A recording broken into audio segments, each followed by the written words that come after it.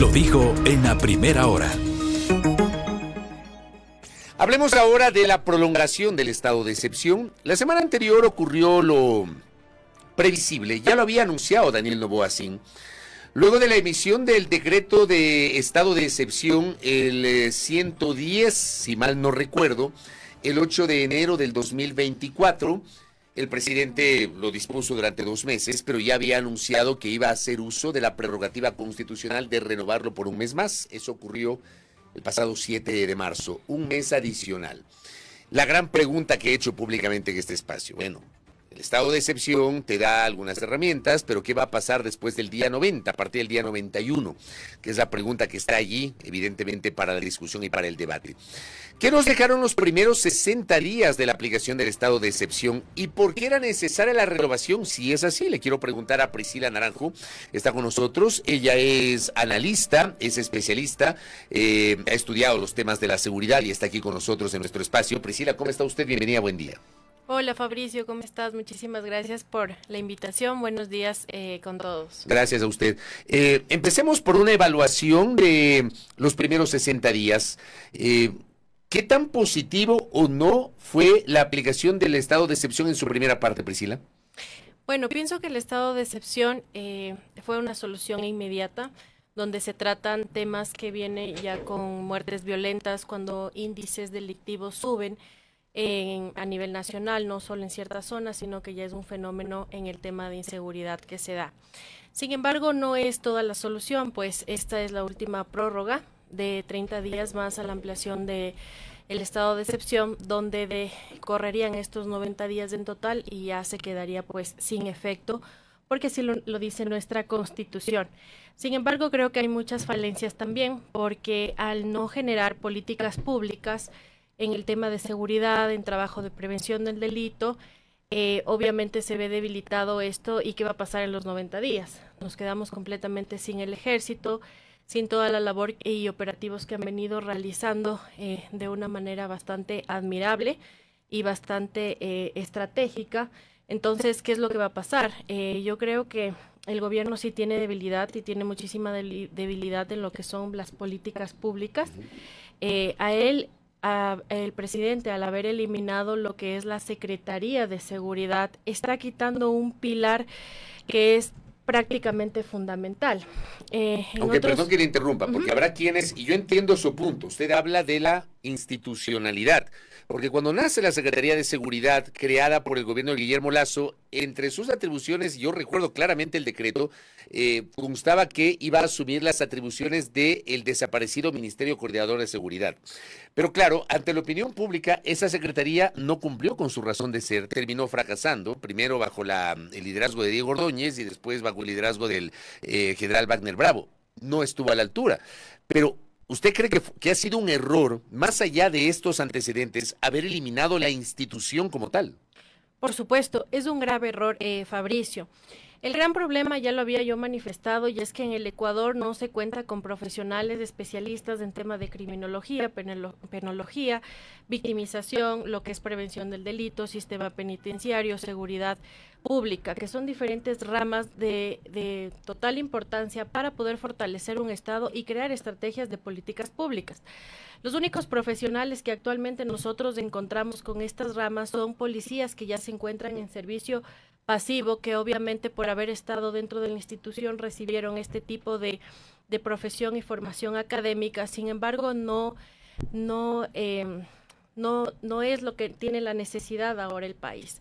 Cuando se hace la creación de una Secretaría de Seguridad Pública, esto es bajo un análisis con información, estudios, consultorías que se lo requieren para poder hacer la función que va a tener esta Secretaría. Sin embargo, al eliminar esta secretaría pasa más o menos lo que pasó en el gobierno de Lenín Moreno. Cuando eliminaron el Ministerio de Justicia, reducieron el tema del presupuesto para el sistema penitenciario, y ahí es donde vienen obviamente y abarcan los problemas. Entonces, lo que debía hacer en este caso el presidente Noboa es obviamente hacer una modificación de la institucionalidad, de lo que se va a hacer cargo esta institución, porque el sistema de seguridad pública es del jefe de control de todas las instituciones tanto policía como metropolitanas, como de tránsito de Ambato, control, agencia de control de Cuenca, que también esa es una problemática que se da muchísimo. A ver, ¿qué es también lo que aquí sucede? Hay mucha responsabilidad y complicidad también de los alcaldes a nivel nacional en lo que tiene que ver con el crimen organizado. No olvidemos que en el 2022 en el COTAD se hizo una reforma que lo hizo el exmandatario Guillermo Lasso, donde les da toda la responsabilidad del manejo de seguridad a cada alcalde. Pero ahora yo quiero ver y que me digan, o sea, qué alcalde ha implementado políticas de seguridad, porque más allá de hacer un equipamiento y una compra de cámaras, se trata de la funcionalidad que tiene esto. ¿Qué vas a tratar con la información? ¿Qué estrategias son las que tú vas a aplicar? Entonces, también en la creación de agentes de tránsito, que los agentes de control, tú le estás quitando competencia a la Policía Nacional para el control de la ciudadanía y también estas instituciones que no tienen un jefe nacional que se pueda decir, entonces es donde son sobornables, la corrupción. También es mucha culpa de nosotros como ciudadanos que cometemos, por ejemplo, infracciones de tránsito. Somos conscientes que incumplimos, ¿no es cierto?, que hicimos mal, pero aún así no queremos pagar la sanción y que se lleven nuestro vehículo detenido. Entonces empieza el soborno, la corrupción. Oiga, jefe, ¿sabe qué? Ayúdeme, tenga. Entonces nosotros vamos maleducando a eso y cuando las mafias llegan o el crimen organizado, es mucho más fácil porque nosotros ya los maleducamos a estas instituciones. Pero yo quiero saber algo, ¿qué instituciones controlan a estas agencias? ¿Sí? Porque estas agencias, al estar a cargo de lo que es tema, por ejemplo, en tránsito en Quito, quiere decir que si esta agencia metropolitana de tránsito tiene complicidad con el crimen organizado, ¿cómo se va a combatir a través del Ejército, de la Policía Nacional, si la competencia es del municipio? Entonces, para eso justamente funciona la Secretaría de Seguridad Pública, porque la Secretaría es el jefe máximo de todas estas instituciones, donde también se las hace temas de formación. Tampoco algo que yo no veo en el gobierno del presidente Noboa es un control de las instituciones. No veo que ha hecho una limpieza. Y segundo, ya nosotros vimos hace 2 semanas, si no estoy mal, que los encontraron a 3 militares con $100,000 en efectivo en la ciudad de Quito. Yo no estoy diciendo que la institución esté manchada, no, porque así como existe gente que sí es cómplice del crimen organizado. Claro, hay otra gente que... Exactamente. Que no. Pero ¿por qué? O sea, están permitiendo ahora que contaminen a nuestras Fuerzas Armadas. Lo de los $100,000 es una cosa inverosímil, que les hayan encontrado a 3 militares y aquí no pasa nada. Totalmente. Entonces, tenemos tanta cooperación internacional, tenemos acuerdos con Estados Unidos, con diferentes países, y ¿por qué no se puede firmar un convenio donde se les apliquen tipos exámenes a todos los personales que están dentro de las instituciones para poder identificar quiénes están con las mafias y quiénes realmente están cumpliendo su trabajo?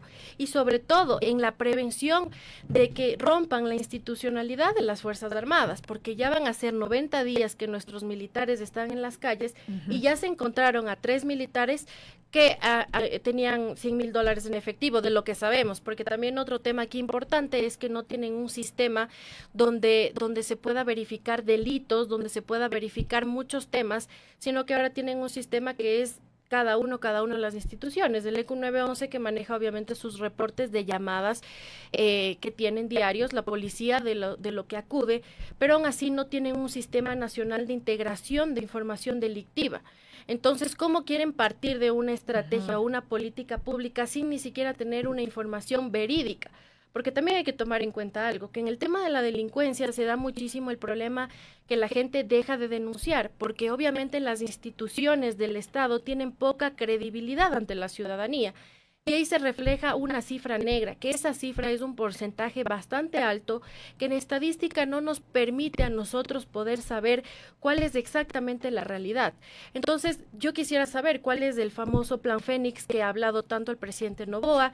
Ya van a ser 3 meses que se cumple el estado de excepción, ¿y ahora qué va a hacer? Porque ya la instancia constitucional ya no le da para poder hacer una prórroga más. Entonces, justamente, un oyente por aquí nos dice, Priscila, no existe tal Plan Fénix, lo que tenemos es un estado de excepción prorrogado, y ahí yo quería plantear, además de estos correctivos en cuanto a institucionalidad, que evidentemente son necesarios hacer, ¿Qué otras acciones concretas, específicas, desde su punto de vista, debe implementar el gobierno nacional para no llegar al término de este estado de excepción y decir, bueno, ¿y de aquí qué se viene? ¿Qué más hay? Por supuesto. A ver, lo importante ahorita es identificar, por ejemplo, hay algo que también me sorprende y voy a tocar este tema, y es que en todas las famosas bandas delictivas que han denunciado, que han hecho público la ministra de Gobierno, la doctora Mónica Palencia, también el presidente Noboa, que los lobos, que los choneros, pero yo en ningún momento veo que hayan anunciado el Tren de Aragua o que se esté abriendo alguna investigación sobre el Tren de Aragua.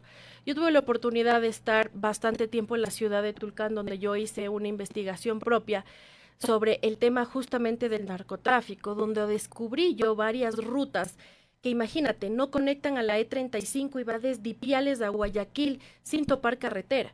Y si tú ves esto en el mapa, es una ruta que no existe, que la han venido construyendo y que obviamente funcionarios de la Policía Nacional han sido cómplices por esto.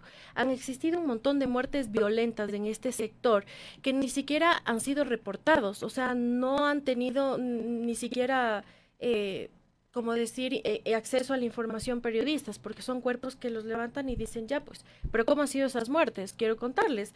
En una cancha de vóley, en un partido, llegaron y cogieron y lo mataron, lo acribillaron delante de niños, de todas las personas, y nadie dice absolutamente nada. Entonces en Tulcán hay un problema grandísimo, y ahí yo no veo que se estén tomando medidas. Allá tienen pasos ilegales un montón, o sea, en realidad, o sea, Carchi es una provincia que se dedica muchísimo al tema del contrabando y que vive de eso. ¿Por qué? Porque el Estado nunca le ha dado la oportunidad de que puedan ellos emprender o que tengan otro tipo, un giro de negocio. Y esa es una actividad económica que Por incluso supuesto provoca el sustento de mucha gente allá. Por supuesto. Por la ausencia del Estado. Totalmente. Entonces, imagínate, Fabricio, que en Tulcán tienen incluso un paso que es, por ejemplo, para zapatos, otro paso que es para el tema del licor, otro paso que es para personas que son haitianas o son albaneses, que yo los vi incluso. Yo viví un tiempo en la ciudad de Tulcán y justo donde yo vivía había un paso ilegal donde yo los veía con frecuencia que los cruzaban albaneses.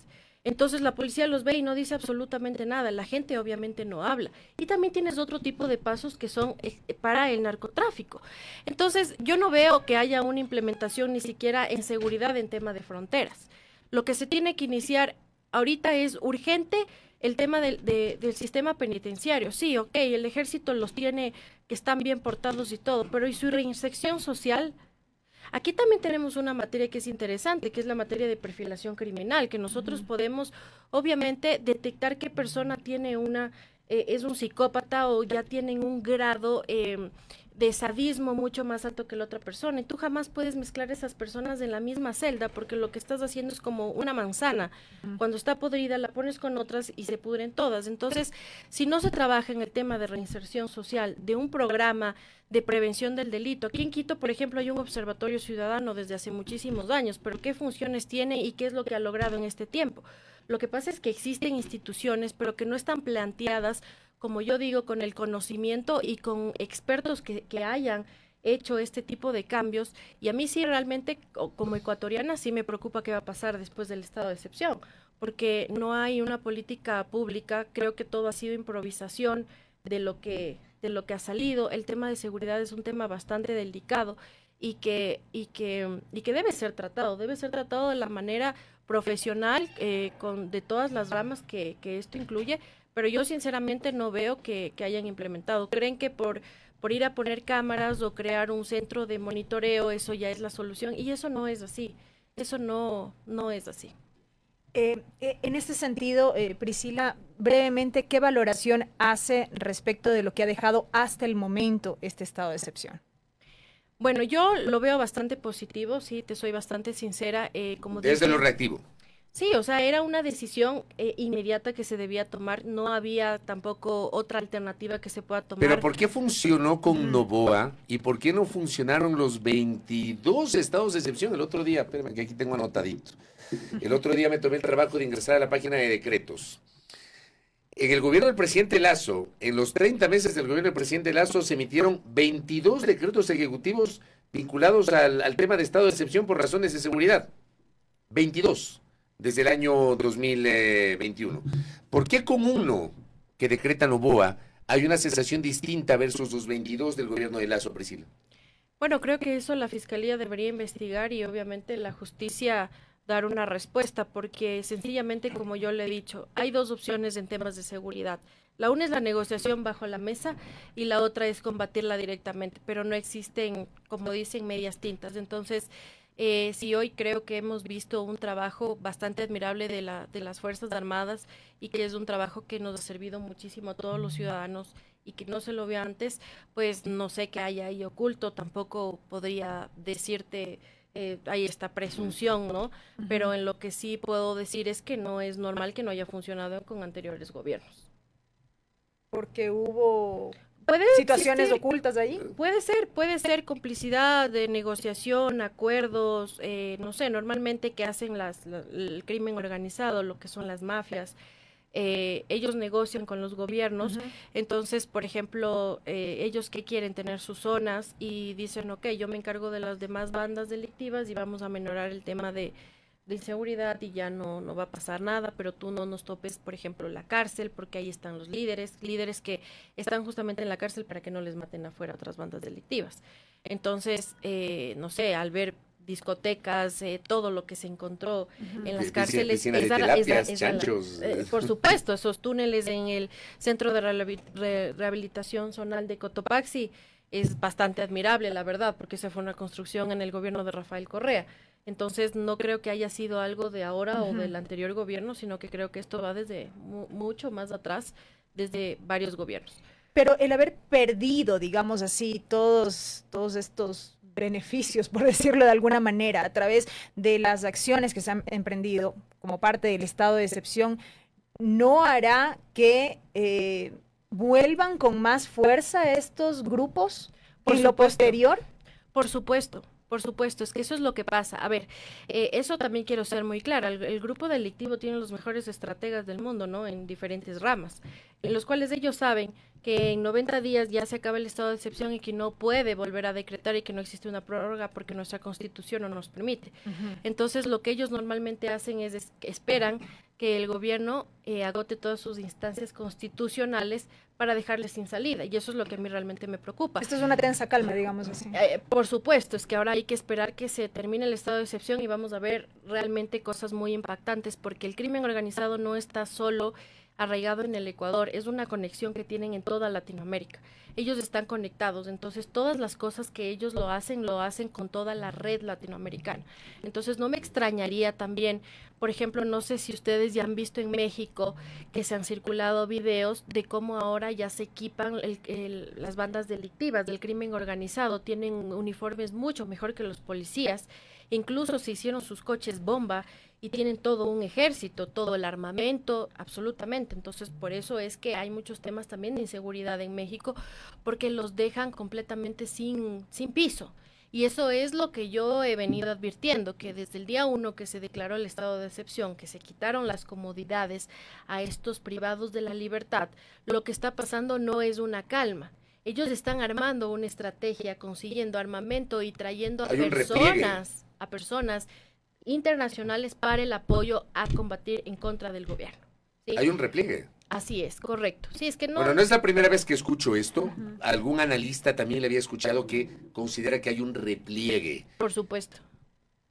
¿Usted está convencida de eso? Por supuesto, Fabricio. Lo que pasa es que el crimen organizado no es que ya salieron los militares, nos quitaron los colchones, la discoteca y ya pues... Y ya se acabó. No. Como yo he dicho, esta es una guerra que por lo menos nos tomará unos 30, 40 años si desde ahora se crean políticas públicas como lo que necesita el país. Pero si no se crean políticas públicas, tenemos gobiernos improvisados, no existe un plan a corto, mediano y largo plazo, entonces eso se puede obviamente subir más del tema de los años. Sí, pero desarticularlos es muy difícil. Ellos son un ejército, son 40,000, 60,000 personas que están dentro. Priscila, en 30 segundos, hablamos y usted dijo que fue un error al haber eliminado la Secretaría de Seguridad. También es un error el no tener un titular de la cartera del Interior, porque tenemos una ministra que es de gobierno y que tiene... Claro, que cumple las dos funciones. Es un error no tener un ministro específico del Interior. En 30 segundos, Priscila. Por supuesto, es un grave error porque yo creo que existen muchos profesionales que nos hemos preparado en el tema de seguridad También la señora ministra, que es mexicana, en México es donde existe más formación en el tema criminológico, que creo que la señora ministra debe también tener profesionales de confianza y que ella incluso ha de haber sido en algún punto catedrática también, y que ella podría movilizar a estas personas para que nos ayuden en el país. Pero al tú eliminar la Secretaría de Seguridad Pública, al no tener un titular en el Ministerio del Interior, somos humanos, cometemos errores y no vamos a ser todólogos, no vamos a poder con todo, pero se trata justamente de eso, de tener un equipo eficiente y profesional, algo que yo sinceramente no lo veo en el gobierno. Espero que las cosas realmente cambien, que la consulta popular, obviamente, que también me parece que ha sido un desperdicio de dinero más para unas reformas que se deben hacer y que lo que debían implementar era otro tipo de preguntas que tengan que ver con el tema criminológico. Pero bueno, sin embargo, esa ha sido la estrategia que ha manejado el presidente, que ha manejado este gobierno, y espero que las cosas realmente mejoren por el bien de nosotros, de nuestras familias ecuatorianas, y porque a mí como ecuatoriana también me duele ver a mi país así. Priscila Naranjo, gracias por el tiempo, muy amable. Muchísimas gracias. Gracias. Nuestra invitada Priscila Naranjo aquí en A Primera Hora. Su visión sobre, una visión me parece crítica, sobre lo que nos ha dejado el estado de excepción y lo que se viene en materia de seguridad. Primera plana. Todas las noticias, todas las voces.